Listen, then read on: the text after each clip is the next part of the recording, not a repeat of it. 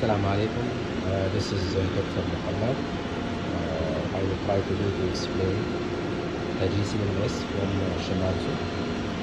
So the instrument that we have here, we have two options. Either to analyze volatile organic compound samples using the purge and trap technique, or if I have liquid extraction sample, by doing the extraction for the hydrocarbon sample in volatile solvents such as hexane or sometimes also methanol as well. This instrument already configured with, this is the new model, so it has two in it, so I can analyze each type of analysis separately. However, no need to replace the column, so I have inside two different columns. Based on the method and the selection, you can do the analysis. So for the instrument software, you have several software to be utilized. Here we have the real-time analysis, which I can give commands to the instrument to start the run, either in single sample or batch, or data analysis to do the calibration, to do the identification.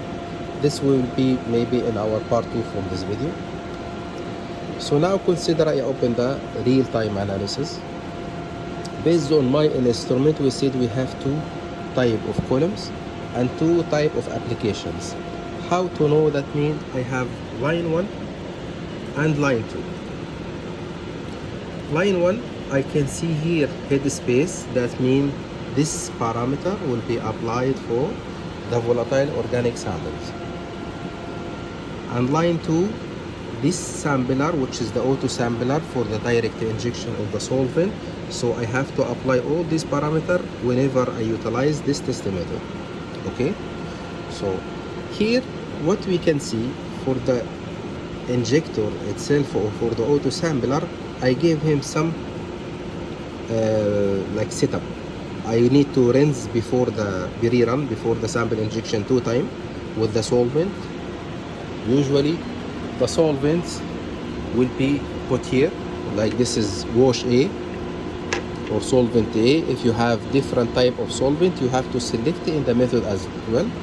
And also I put the waste vial in waste A, that's means for the solvent A, it will go to waste A. Okay, so these are the setup for the auto sampler itself. So pre-run and post-run, that means it will do 2 time taking from the solvent before the run and after the run. Before the inject, it will use the same sample to do 2 time rinsing of the syringe itself. This is the speed, like the plunger speed, the injection speed. No need to do any additional parameters here. This is something for if advanced you want to put the position, the washing speed, this can be updated as well. So for each type of method I have to develop, I have to put 3 types of parameter for 3 main components. For the gas chromatograph, you have the injector and the oven parameter, the temperature ramping based on the column, and the MS parameter. So let's apply it here. I will show you for one example. Now I can move to the gas chromatography. Here I am selecting line 2, which is for the direct inject. That means this parameter related to line 2. If you have only one line or one channel on the instrument, you will see only one channel. Okay. Here, this is the information of the column installed. I have to take care about the maximum column temperature. My temperature programming should not exceed the temperature of the column. And in my case, I have 2 columns. That means I have to consider the other column as well. So now, the temperature, this is the initial temperature that the system will start, will be remained after doing the analysis, will back to the same initial here. So this method can be utilized for pesticides, unknown samples, and you can do different type temperature and ramping according to your study. So here, this is the temperature programming. Like the instrument will start at 80, will hold 1.5 minutes, and then the maximum temperature will reach 290 by increasing 10 degrees per minute. Okay, so by applying this setup, it will stay up to 20 minutes holding around 290 to make sure elution of all the samples. This is automatic calculation. It will show me the total program time is 42 minutes, 0.5. Okay, now I give already the sampler parameter, the GC parameter. Now I have to go to MS, mass spectroscope. Here you have to identify how much temperature for ion source and the interface temperature and the solvent cut, which is most important. The solvent cut, I have to make sure that the major solvent that I utilize to dissolve my sample is already have been eluted to avoid saturation of the mass spectroscope or the MS detector. So for normal hexane, usually before 5.5, the main peak of hexane would be eluted. So this is why I started my program 5.5. The end time should be matched with the GC end time. Make sure that I already captured all the ions during the analysis. Here I am using normal scan mode, so I will start, this is the scan speed automatically counted. I am interested in the M over Z or the ions which having mass from 40 up to 550. This is based on my samples, so you can change it according to your application. And also sometimes you will have like a bulletin or work instruction, standard test method, application note. It can give you all these three parameters. Just you have to feed in, make sure that you are utilizing the same column, and then the result expected to be the same from the data sheet. So in case I'm utilizing line 2, which is head space, it has different parameter. I have to see how much the oven temperature, because usually the sample will be taken inside the instrument from down here. It will be heated up and shaked for certain time to make sure that all the volatile organic compound will transfer from the liquid phase to the gas phase.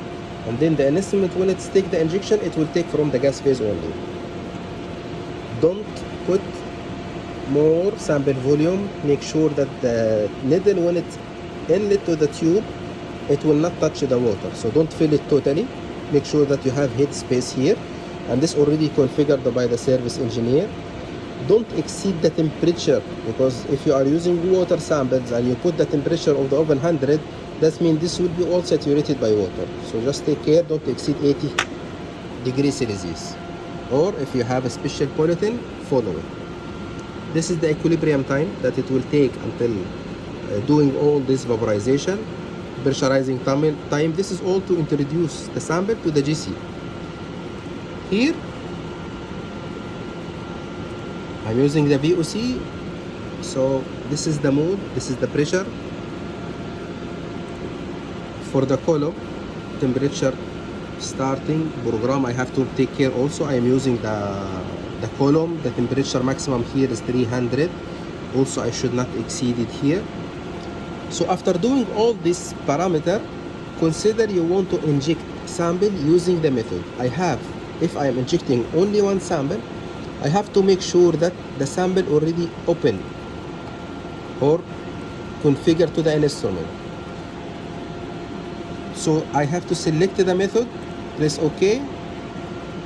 Now it's shown here how to put the sample information. You have two options. Sample login, this is for only single sample.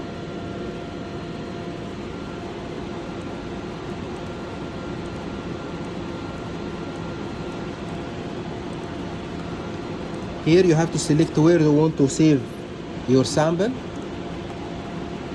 the sample position if you have an auto sampler, injection volume, and then this is the tuning file. I will give you a hint about this is tuning, and press OK. Now still the instrument didn't take the order to start the analysis unless you press download.